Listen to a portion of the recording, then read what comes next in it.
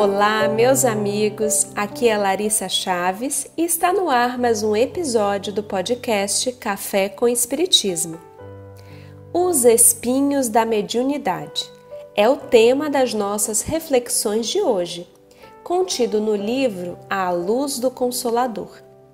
Ivone Pereira, que como já apresentamos em outros episódios aqui do Café com Espiritismo, apresentou a mediunidade ostensiva desde os primeiros anos de sua existência, convivendo com os espíritos desencarnados cotidianamente, vem nos falar nesse artigo sobre os cuidados necessários em relação às tentativas de desenvolvimento mediúnico. Eu mesma já fui questionada por muitos colegas espíritas e não espíritas sobre como deveriam proceder para desenvolver a mediunidade.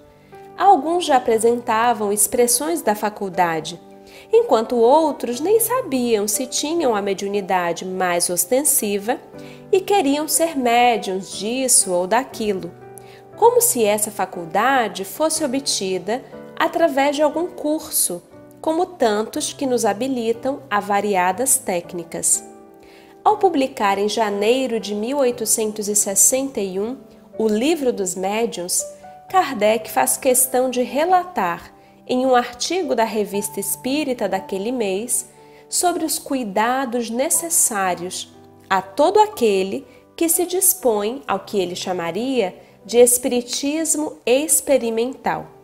Como há homens levianos, há espíritos levianos, como há homens pseudo-sábios ou frívolos, também os há no plano espiritual, ainda que desvestidos do corpo mais denso. A mediunidade pode aflorar desde a infância, como também na adolescência ou na vida adulta, conforme a programação e o aparato de cada um. Mas entre o seu aflorar espontâneo e a insistência por provocar tal despertar, existe uma grande distância, e é sobre isso que Ivone Pereira falará nesse texto, algo que ela inclusive repete em outros textos também. Vejamos as suas palavras sobre esse assunto. Em verdade, a mediunidade não carece de ser provocada. Ela se apresentará naturalmente, em época oportuna, suave ou violentamente, conforme as faixas vibratórias que então nos envolvam. Trate-se de espíritas ou de adeptos de outras religiões. Tratando-se de pessoa ponderada, estudiosa, fiel à ideia de Deus, dotada de boas qualidades morais, a mediunidade desponta frequentemente com suavidade pelos canais da fé e do auxílio ao próximo. Vemos então profitentes de quaisquer credos religiosos, o espírita inclusive, impondo as mãos sobre o sofredor e transmitindo o fluido generoso da cura, do alívio ao angustiado, da esperança ao aflito, sem que seja necessária a busca sistemática do desenvolvimento, a qual, se imprudente, na maioria dos casos, tende a prejudicar o médium. E vemos também manifestações fortes, conflitos, enfermidades e até obsessões, cujo advento se processa, evidentemente, à revelia do indivíduo, que lhes sofre os influxos. Em tal acontecendo, é só orientar a mediunidade, instruir o médium, se ele desconhecer os princípios legados pela doutrina espírita, tratá-lo se estiver doente e deixá-lo praticar o bem com o dom recebido da natureza.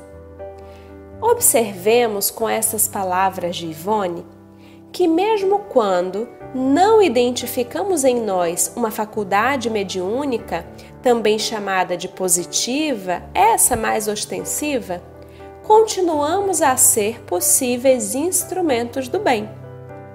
A cura e o auxílio ao próximo podem realizar-se através do médium de cura, como também daquele que se dispõe a estender orações intercessoras pelos irmãos em sofrimento.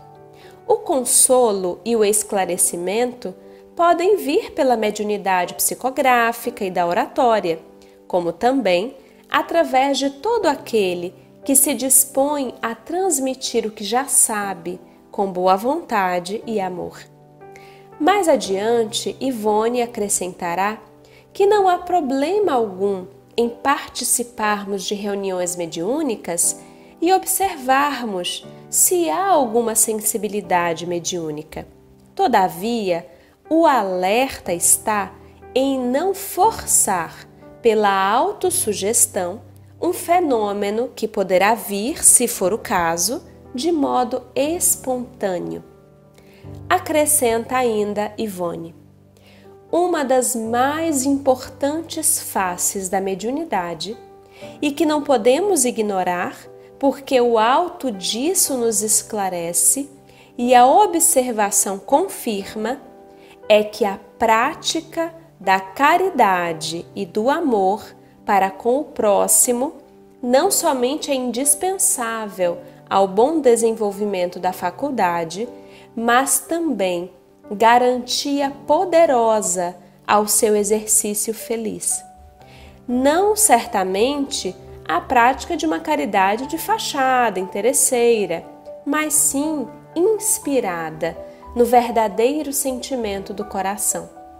Desse modo, o candidato a intérprete do mundo espiritual deve iniciar o seu compromisso não só pela frequência às sessões mediúnicas, pela prática do bem, pelo auxílio ao sofredor, além do estudo consciencioso e do empenho em prol da reforma moral gradativa de si mesmo.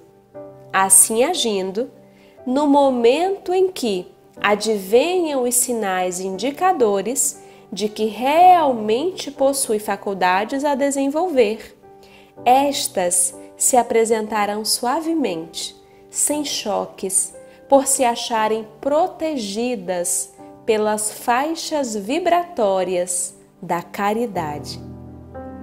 Um grande abraço a todos e até o próximo podcast Café com Espiritismo.